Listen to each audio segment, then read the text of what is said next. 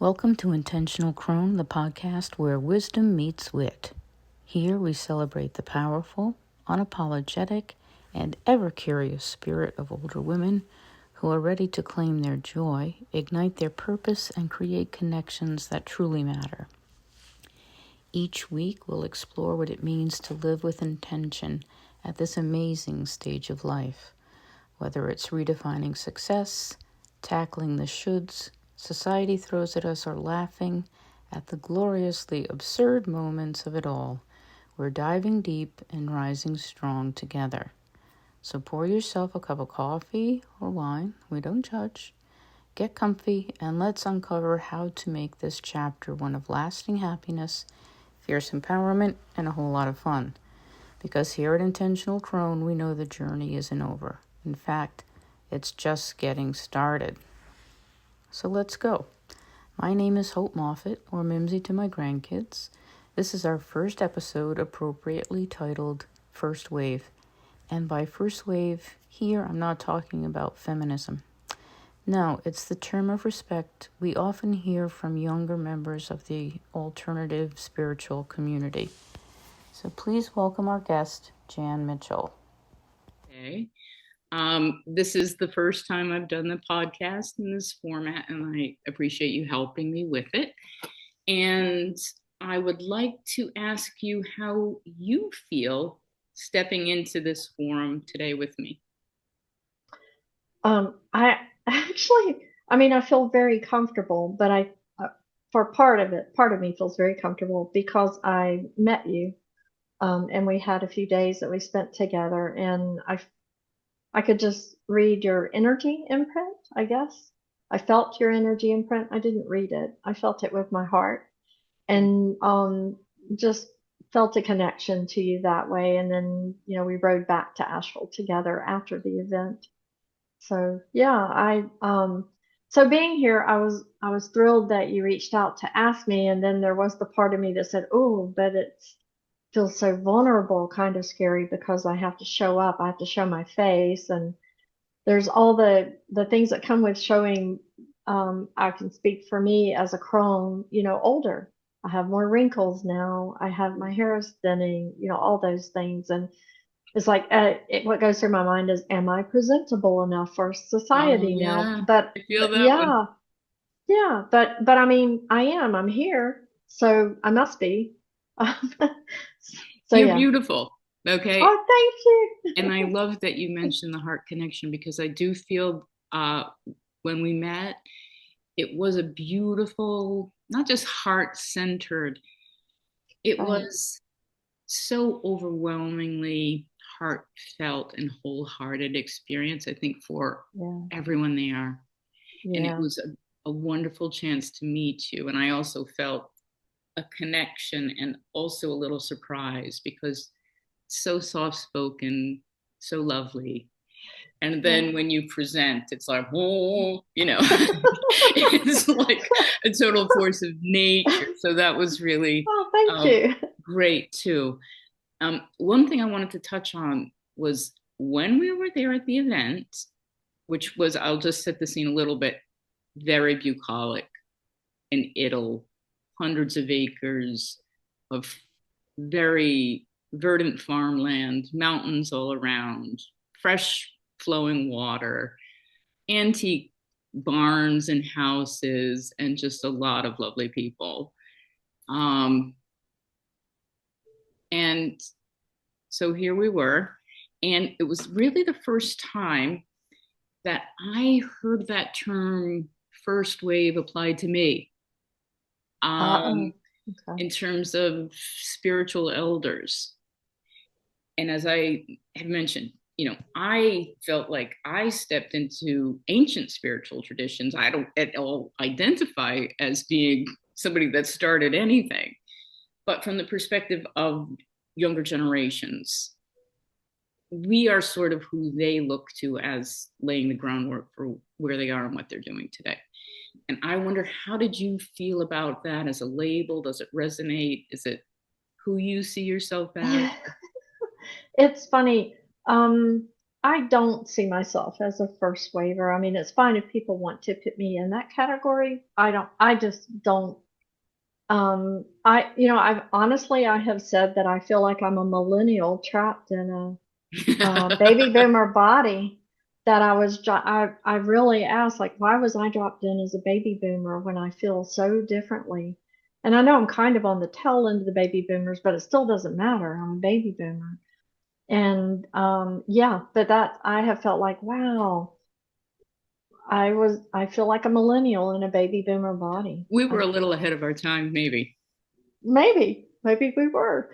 So I think I don't feel like a first waiver. I don't feel like a first waiver also because of past life experiences. And I know that, people, I don't know if the audience, how much of the audience would believe in past lives. And there was a point in my life when I did not believe in past lives, Right. but then it changed. So that factors in as well. Okay. And I'll get back to that a little bit when we talk Okay. about your quantum healing. Okay. But generally, I feel that I come from a much older tradition, and that there was really a lot of groundwork laid for me, and it came to me naturally. And if anything, I didn't understand why more people weren't on the bandwagon. Yeah. As Yeah. opposed to, all of a sudden in the 80s they called it new age and you had a crystal shop or something. I don't know. Right. Not that I'm against that. White Lake Books, Thayer Street, Providence, Rhode Island. Appreciate you. But getting into your current work, I'm going to talk a little bit of how you got there. So a lot Sure. of alternative people, including myself, you have these markers, these crisis points where you choose a direction.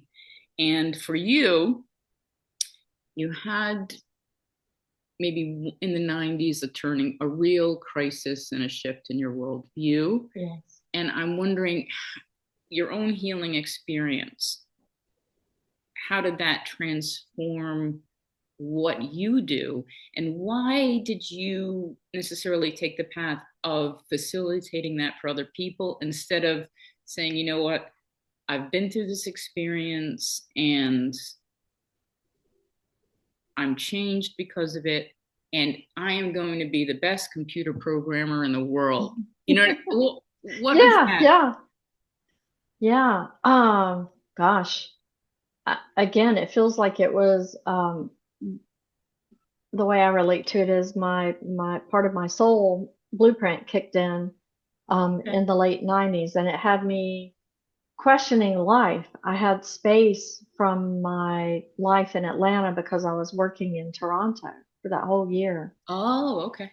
Yeah, I was on a computer installation. We were working on PeopleSoft implementation and meeting new people up there. And I worked up there for a whole year. I would travel back and forth, so I'd Right. come back and forth. But that experience gave me the space to take a good hard look at my life. And also because I was on airplanes a lot, I started picking, I don't know what caused me to pick up alternative books for the very first time.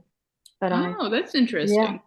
yeah, that was when I picked up the Celestine Prophecy and read it on the flight, to and from. And while I was in my hotel room at night when I would finish working, and The Seat of the Soul was another one, So and a one that real really, interior calling. yeah, yeah. And I didn't know that was what it was. I Right. really only had business lingo. Honestly, I wrote code. I loved writing code, and at that point, I was helping to direct a project versus writing code.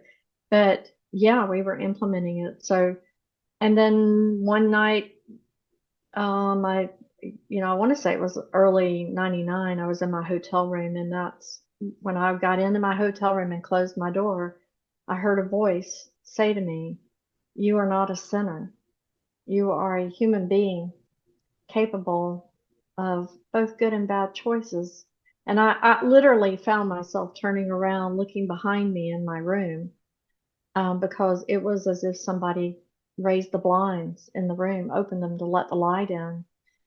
And that was when religion started falling away. That was when my marriage at that time I knew was going to end because it was not a good marriage.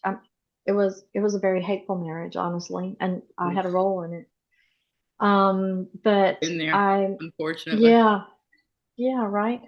I looking back, I would say I started on the path of claiming myself, of choosing myself, of needing to choose myself so that I could be a bigger presence in the world to help other people also choose themselves, and that it wasn't selfish to choose yourself. And but it took literally all these years since 99, and it was hard, in a relationship where I was controlled. Even though I made a lot of money, my spouse at the time controlled all the money. Oh, wow. And Yeah. yeah, and everything, and my friends, and so very controlling. Um, And did that and feel safe in the beginning, do you think? Is that why you went that route or just, I went that route. Honestly, I was running from my hometown and from my mother, who uh, was bipolar. She had at one point been diagnosed as schizophrenic, but my dad didn't like that diagnosis, so they changed it to bipolar. So I have no idea what the real truth is. Those were just what I heard, but I just know she was maddening to live with. I loved her, but I loathed her also. Both were right. true, or and not a but. But yes, and I could barely be in the room with her for 24 hours before just exploding on her So in he was an sarcasm and other escape route. stuff. He was an escape route, yes, and turns out he Been there was a too. lot like her. Yeah. Oh, Oh, oh, oh, yeah. yeah, yeah, he was a lot like her. Yeah, because I couldn't visit my family unless he was with me. It was weird. Mm. Yeah, it was a strange relationship, but anyway, I moved way past that. But it did take a lot of courage to actually speak the words to him that I don't want to do this marriage anymore. And we had a daughter at that point, and almost 8-year-old daughter, and I was very afraid of what a divorce was going to do to her. My parents hadn't been divorced, but yeah, in the small town I grew up in, I was just very aware of I don't belong here. I don't Yeah. know how I ended up here. it it was very racist. I mean, I was part of the racism, even though it didn't feel good to me. It felt like We in order all to, were in our own yeah, way right? complicit, I Yeah, feel. had to be, Yeah. And yeah, to live. it does take a lot of time and, like you said, courage. I mean, the things that we need Yeah, to face that are so normalized in our society. And to me, so it's ongoing. normalized. It's, I It's think, oh, ongoing. decade after decade after decade, I've, Yes. and not even what the narrative is about what I'm supposed to be now, but even questioning that narrative. And then Yep. something will come out of my mouth and I'll be like, who just said that, But it does give me a chance to see, oh yeah, there's all kinds of little pockets in here that Hmm. are not what I created. I took them in like a baby Yeah. bird and they are still running my program. Not all the Right. time. Um, Right. Not some of the not time. all the time for me. And I love, I still have family there, and I love them. But it Right. just I couldn't grow up in It's that complicated. society.